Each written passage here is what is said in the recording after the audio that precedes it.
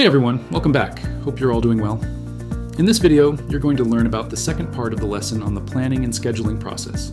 This part will focus on the scheduling process. So, what is scheduling? Is scheduling the same as planning? The answer is no. As I explained in the previous video, scheduling is a part of planning. It serves as a tool, such as to test the original assumptions of the plan. Let's say you assume that 2 people are enough to complete the DIY fence project that we discussed in the last video. However, after creating a schedule, you realize that you won't be able to finish by your desired deadline. That means your original assumptions about resources were not feasible, and you'll need more help from friends or relatives. Scheduling can also help test the logic used in the plan. Here, logic refers to the precedence relationships between activities. Now, for instance, in your original plan, you might intend to complete one activity at a time, but after scheduling, you find that this approach makes the project take longer than expected. To speed things up, instead of doing tasks one by one, you could work on multiple activities concurrently. This way, you can accelerate the project, though of course, you'll need additional help to make it work efficiently. So, what do you need to do when you create a schedule? Well, scheduling is a systematic process of structuring the plan. To properly schedule a project, you need to determine the following. First, the duration of activities, how long each task will take. This must be based on planning assumptions, including quantity of work and crew size from the estimate. Second, the sequence of activities, specifically identifying predecessors and successors. In other words, which activities must be completed first and which can start only after others are finished. Third, the total project duration. This is determined using scheduling calculations. There are several scheduling methods you'll learn in the following modules. Once you have an estimated project duration, you must check it against the contract requirements. If the schedule does not meet the required completion date, you may need to adjust the plan to stay on track. Imagine you want to paint a room in your house and plan to finish it in 4 hours. Sounds simple, right? But let's break it down step by step. First, you need to prepare the room, move furniture, cover the floor, and tape off the edges.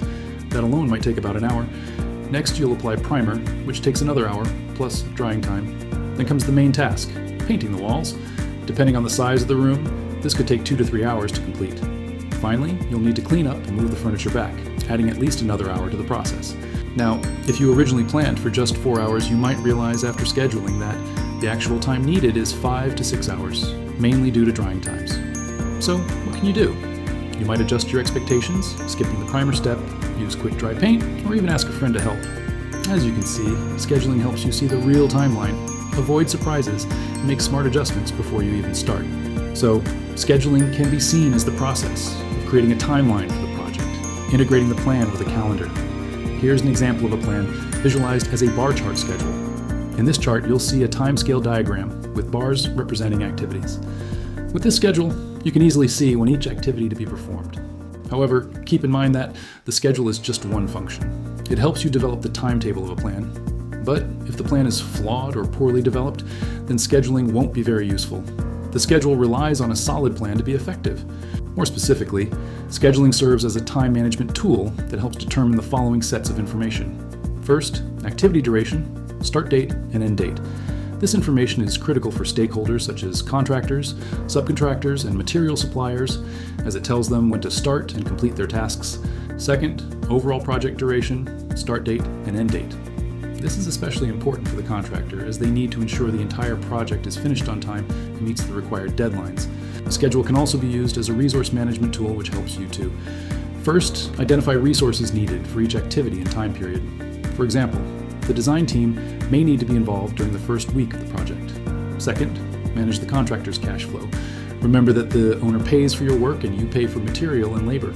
You want to know how much cash you'll need at various points in the project to stay financially on track. Third, optimize resources and evaluate trade-offs between project constraints and objectives. For example, completing a project faster may require more resources, which could increase costs. The schedule can help you determine the right amount of resources without unnecessarily extending the project duration.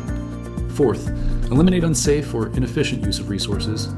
To make the best use of resources and reduce costs, you should aim to spread resource usage evenly across the project timeline, avoiding peaks and valleys in the resource usage diagram. Here's a sample resource-loaded Gantt chart. As you can see, each task is displayed with its respective duration and start date, and the resources assigned to each task are color-coded in the legend. This visual representation helps in understanding the overlap of tasks and resource allocation, showcasing how resources are distributed across the project timeline. This picture shows a project's resource usage diagram, developed based on the resource loaded schedule. It visualizes how much resources are allocated and utilized throughout the project's lifecycle. It helps identify periods of overuse or underuse, allowing for adjustments to ensure resources are used efficiently, and can reveal unsafe patterns like overloading workers or equipment. By addressing these issues early on, the diagram helps project managers ensure that resources are deployed safely and efficiently, reducing the risk of delays, accidents, and cost overruns. As mentioned, the project schedule plays a crucial role in cash flow management. It can be based on to develop the project cost S-curve. The S-curve is a graphical representation that plots the cumulative costs of the project over time. By using the schedule, project managers can make accurate forecasts of expenditures. This is a typical pattern of costs over the life cycle of a project, starting slow in the early phases, accelerating during the mid-phase as work intensifies, and then tapering off toward completion. This curve provides key insights into how costs will accumulate, helping teams ensure that spending stays on track and identify potential issues before they arise. A schedule is also an effective communication tool, especially for complex projects. It helps you keep everyone on the same page by clearly outlining the project plan. For example, you can use the schedule to coordinate with an equipment manufacturer about the timing of equipment deliveries, or you can use it to inform a subcontractor about key milestones for the activities they will be responsible for. In both cases, the schedule ensures that all stakeholders, disciplines, and trades are aligned and have the information they need to move the project forward smoothly. Moreover, the schedule is also a powerful tool for monitoring and controlling a project. It allows you to track and compare the actual duration of tasks with what was originally planned. This function is especially useful for contractors, as they aim to complete the project within the agreed-upon timeframe and budget. By keeping track of progress, contractors can stay on top of the project's status.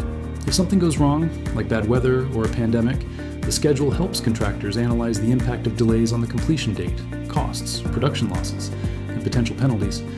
With this analysis, they can determine the best course of action to address any issues and keep the project on track. Remember, schedules are produced by people, not software. Software is simply the tool that helps draw the schedule and instantly calculate dates, critical paths, and floats. The quality of the schedule, however, is primarily determined by the skill and expertise of the scheduler. Alright, that's the end of this video. Goodbye for now, and I'll see you in the next one.